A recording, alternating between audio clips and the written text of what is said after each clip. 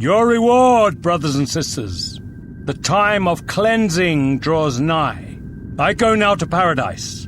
I shall return with Lord Dagon at the coming of the dawn. The Mythic Dawn cult play an integral role in the main story quest of Oblivion, and are even the first enemies encountered by the player at the beginning of the game. If you don't count Valendrath's forked tongue, of course. Hey, you hear that?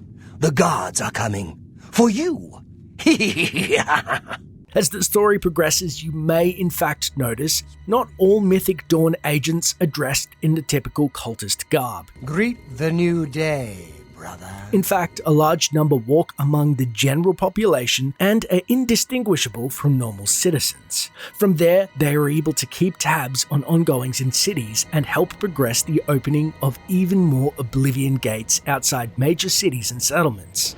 However, after the completion of Dagon Shrine, these agents will attack you on sight until Light the Dragonfires is completed. Be glad you will not live to see the day Lord Dagon walks the earth. For the most part, these aren't just random NPCs. They have fully realized lives, motives, and dreams, mostly unfulfilled. You are weak, like the gods you pray to.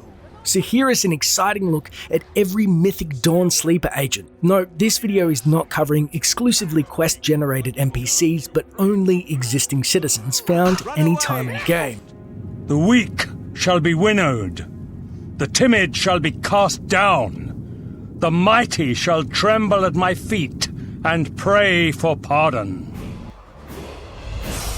In the upscale Imperial City's Talos Plaza district resides Ulan Athram with his wife, Drolora Athram. Ulan Athram, of the Kraganmore Athrams. Made my fortune in the Flynn trade, and now I'm here in the city, living the life of ease. Even though he carries a dark secret. He is a Mythic Dawn sleeper agent and will attack you on sight upon completion of the Path of Dawn quest. Ulan mostly wanders the city or visits his friends in his downtime. At 8 PM, he is known to saunter down to the arena to bet on his favourites, the yellow team. All right then, the blue team it is. How much do you want to bet? And is quite vocal about their odds of winning. It's all about the yellow team. Go yellow team! Yeah! Woohoo! Wait, you didn't bet on the blue team, did you? 'Cause that would just be plain stupid. If you bet on the blue team, see the gatekeeper to collect your winnings. Superficially, Athram comes off as anti-Daedra and will even remark the following if you successfully close the gate in Kvatch. Good news from Kvatch for a change.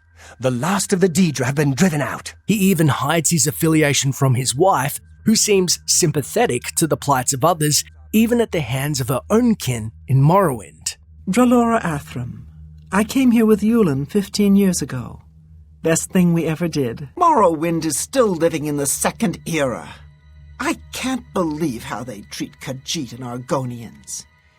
Here we are Imperial citizens, nothing less. Ulan's cult connections come twofold. The first is his 2 editions of the Mythic Dawn commentaries in his study at home. The second, less evident, takes some detective work and sleuthing. Outside of his leisurely schedule, on the 6th of each month, he will abruptly get out of bed at midnight and leave the Imperial City for his monthly trip to Chorrol. He will take the Black Road and travel for about 8 hours. Once there, he will quickly enter the Oak and Crosier, where he will spend time briefly conversing with other regulars. Most notably, in a very blink and you'll miss it Hail Hydra moment, he will greet his treasonous colleague, Eugal Belette. This is all they say to each other. Dawn is breaking. Take care. Ulan's true nature is revealed, of course, post Path of Dawn. When pressed, he will show he knows the standard Mythic Dawn armor and mace spells, as well as taunts. You are weak, like the gods you pray to. I don't miss Morrowind. All that sour tribunal grumbling and old-fashioned ancestor worship. Good riddance. Co-conspirator with Ulan, Eugal Belette is a Breton warlock living in Chorrol. Upon meeting him, he claims to be new in town. My name is Eugal Belette. I'm pretty new here. Don't know a soul. I'm sorry. I'm new in town and don't know anyone. However, his true nature being a Mythic Dawn sleeper agent. Die, unbeliever. Something the townsfolk seem to have noticed too. You can hear rumors about him when two NPCs talk, saying, Have you heard the odd noises coming from Eugal Belette's place? Odd noises? No, I haven't. That sounds a bit troublesome. Although his true nature is not revealed until the completion of Dagon Shrines, his mission may also be assassination, as he may attempt to outright kill Brother Piner of Wayne Priory if he detects him when he enters the city. Oh, paradise awaits me. Perhaps the most tragic of all Mythic cult inductees is Cingor, a Bosmer crusader living in Leyawen. When you meet him for the first time, he will introduce himself and his mission in life. I'm Cingor. I'm the captain of the Leyawen Neighborhood Watch. Actually, captain, president, vice president, secretary, treasurer, and sergeant-at-arms. We're a small, select organization of crime fighters. We're going after the crimes and criminals the Guard overlooks. That doesn't stop him from being very dedicated to his duties. Every single day, he gets out of bed at 6 a.m. and starts patrolling Leyawen for potential lawbreakers. He keeps patrolling for a whopping 16 hours, having taken a 2-hour lunch break in the Three Sisters Inn at noon. The only thing that will deter this vigilant guardian of the community will be a chance of slight precipitation. When raining, he will break off his duties and head back to his house until it clears up. When on duty, he wields an iron warhammer and can cast 2 destruction spells, 1 minor, 1 major, and a major restoration spell. The sad aspect of Cingor is he doesn't seem to be a real member of the Fighters Guild outside of the title, as he never steps foot in the hall and is instead a self-appointed leader of his one-man neighborhood watch. There's crime everywhere. I'm always on the lookout. We're always on the lookout. No crime shall go undetected. That's our motto. Though this may be by design, being Cingor posing as a harmless wannabe who patrols the city and can secretly keep tabs on others, it seems more likely that Cingor is a hapless pawn looking for belonging and never really fitting in. Consider the following. There have been a few discrepancies with Cingor. The first is, he is the only Mythic Dawn member pre-patch not equipped with the standard spells of armor and weapon. Dagon will welcome your soul! Although he certainly is armed and able to cast magic, it may have been telling that the Mythic Dawn 2 only gave him a rank in title alone. The second, maybe more crucial oversight is that if you are also a Fighters Guild member, it is possible that Cingor's disposition towards you will be high enough that he will not attack you when all the other Mythic Dawn agents turn hostile. I understand the Fighters Guild is hiring new members. Not bad work for some folks. It may be a simple oversight, but he seems so desperate to want to fit in with the guild. Feeling rejected, he is only joining the Mythic Dawn because of being spurned as a member of the Fighters Guild, looking for a sense of belonging. Again, these are theories, but tragically, if Cingor is slightly touched and at the very least not worthy of the respect of his fellow Fighters Guild members to even step foot in the hall, especially as each guild member practically begs you to join. We're looking for fighters and adventurers. You should join up.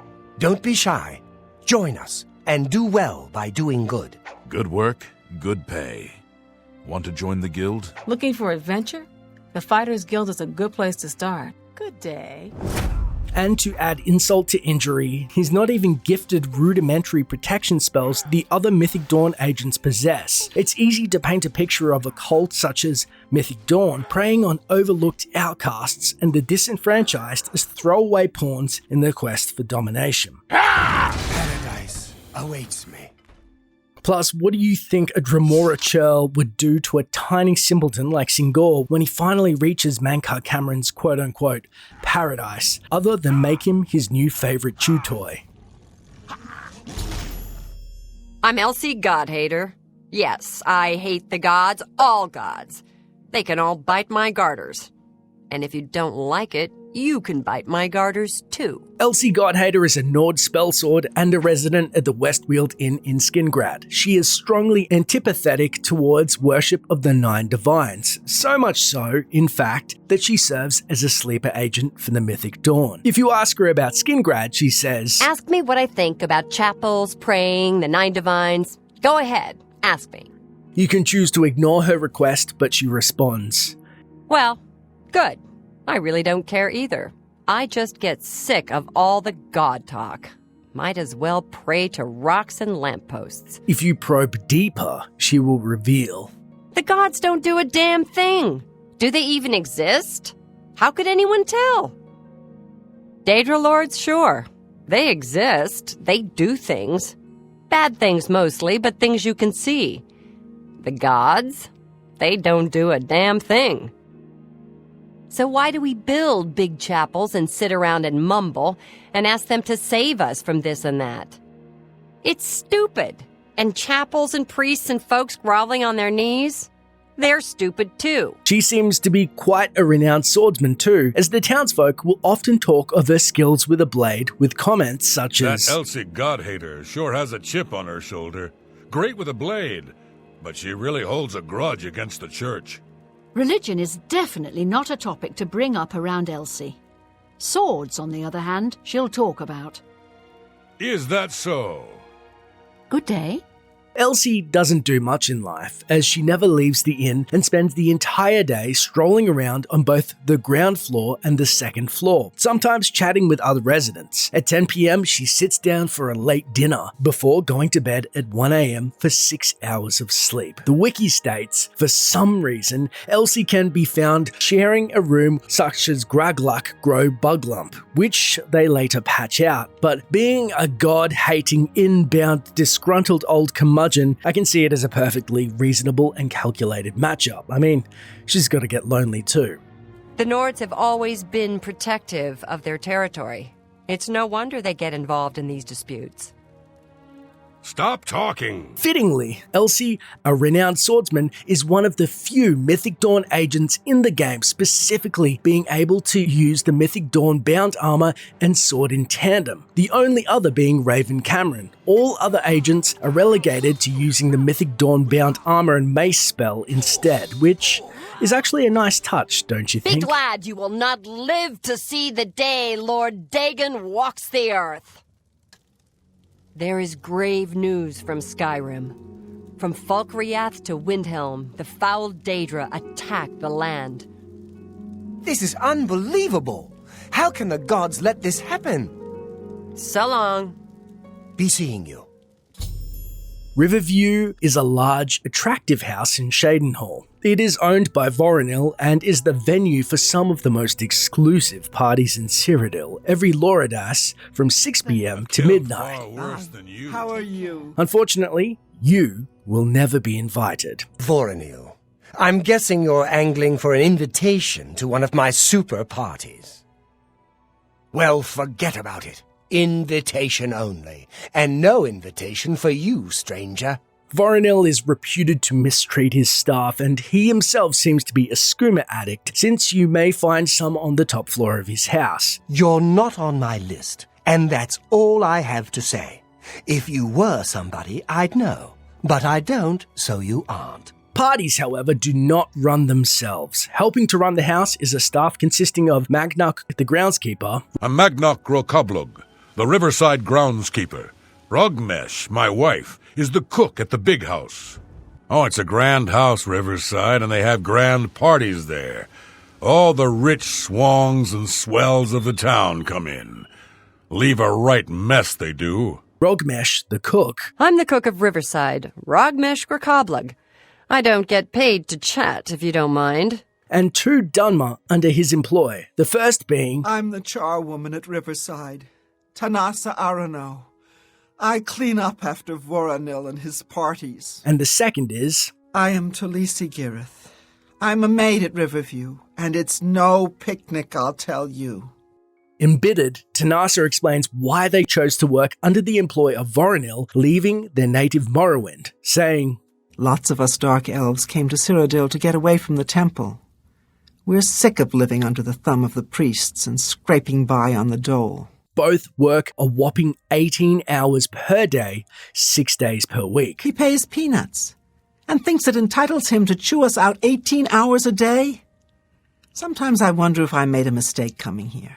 On Sundays, however, is their day off, and at 9 a.m. they will exit Riverview and spend the day at Newland's Lodge, just relaxing and conversing with the regulars there. As neither of them are in a hurry to get back to their jobs, they'll stay at the bar until 11 p.m., where they head back to Riverview and their daily routine. It's easy to see then the allure of a potential paradise promised to devotee followers of the Mythic Dawn, or at the very least, upheaval of the status quo for the two after dealing with the poverty and authoritarian temples of Morrowind, to then being cast into a life of servitude under the decadent snobbery of Cyrodiil. The clue to their affiliation is, of course, a Mythic Dawn commentaries in the servants' quarters of the house. The two will become hostile post Path of Dawn quest, utilizing the standard acolyte spells they will attack, but notice that the orc servants do not intervene, and not even a good ambush attack will slow this party down. I do not fear death! Oh, hello. Rumor has it he joined the priesthood to avoid military service. What a coward. So long.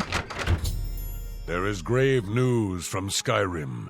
From Falkreath to Windhelm, the foul Daedra attack the land. This is unbelievable. How can the gods let this happen? Isolde is a Red Guard pirate serving aboard the Serpent's Wake, which is currently docked in Anvil for refitting. Like most of the crew, she's staying at the Foxhole on account of the still onboard spectres that butchered her party. This is my ship, you see. The Serpent's Wake. I hired the crew to sail to Somerset Isle to retrieve a family heirloom, my mother's crystal ball. They made the journey and arrived back all right, but then someone murdered them. All of them. Now their spirits are haunting the ship. Unlike her crew, however, she's also a sleeper agent for the Mythic Dawn cult and will attack you on sight after the Dagon Shrine quest. You are weak, like the gods you pray to. She is as impolite as any of the pirates on the dockside, and when you approach her, she will just say, I'm Isolde, mate. Not that it's any of your business. And if you ask her about Anvil, why don't you just walk around and look for yourself? You need someone to explain everything to you? The only clue to her true identity being the copy of Mythic Dawn commentaries found on her person and her propensity to attack you in the name of Lord Dagon. I do not fear death. Oh! Look out!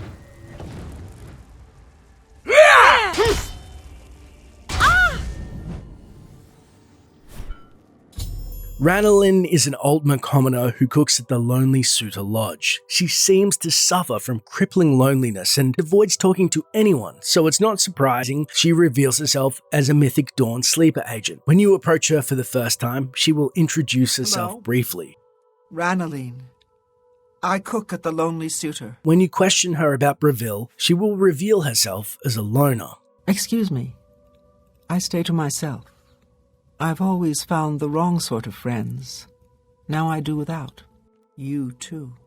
It seems she doesn't lie, as outside of work she doesn't interact with any other NPCs due to whatever trauma happened in her past. Every morning after waking up at 6 a.m, she will spend 2 hours within her house before leaving for work at the Lonely Suitor Lodge. She will work a full 12 hours before finally eating dinner, after which she will wander around for 2 hours before finally going to bed at 2 a.m. Like most of the Mythic Dawn agents, outside of her antisocial behavior, she also carries around a clue to her real identity. In this case, a copy of Conjuration Skill Book Mythic Dawn Commentaries 1 on her person and in her home. By the What's gods, going on? there's a psychopath on the loose! Watch out! In combat, she prefers to brawl bare-knuckle pre-Path of Dawn quest. However, when you're exposed as a traitor, she will cast the Mythic Dawn Bound Mace and armor spells. Paradise awaits me. Hello. Ranelin isn't the only agent in Bravil, though.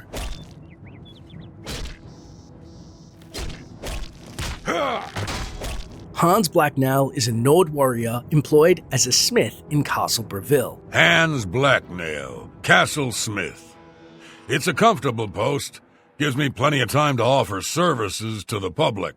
Hans' room is located in the southern part of the private quarters east wing, and he sleeps there every night until 6 a.m. Then he gets up and starts wandering around near his forge. At 8 a.m, he exits the castle and heads for the Great Chapel of Mara, where, curiously, he will pray at the Altar of Arche or sit on a pew for 2 hours. It seems his prayers from the Aedra go unanswered. He moves on, and even if not a member himself, he will pay a visit to the local Fighters Guild Hall, where he will spend yet another 2 hours watching Vincent Galian and Tadros Hellas doing their sparring session. Although outside his normal Mythic Dawn paraphernalia in his room, his ties seem to end there. Only one intriguing piece of dialogue may hint at his motives, as he will give you a bit of insight on his lifelong relationship with Count Requilus Terentius. I was with the Count when he was young, and a shining star on the tournament path. I only wish he'd straighten his son out. Unlike other agents, it seems Hans has been a lifelong loyal servant of the Count's, yet does show an unusual and open disdain for his son. Was that enough for him to consider defecting to the Mythic Dawn? Was it the lack of answers from the Aedra? Was it an aspect of ambition and change promised by new ruler Mehrunes Dagon? Or is there something else entirely at play? Lord Dagon! That's what you can do! Hi. Dragon throne is empty, and we hold the Amulet of Kings. Praise be to your brothers and sisters. Great shall be their reward in paradise. Praise be. You must slay the sacrifice to bind yourself fully to Lord Dagon's service. Lord Dagon thirsts for blood.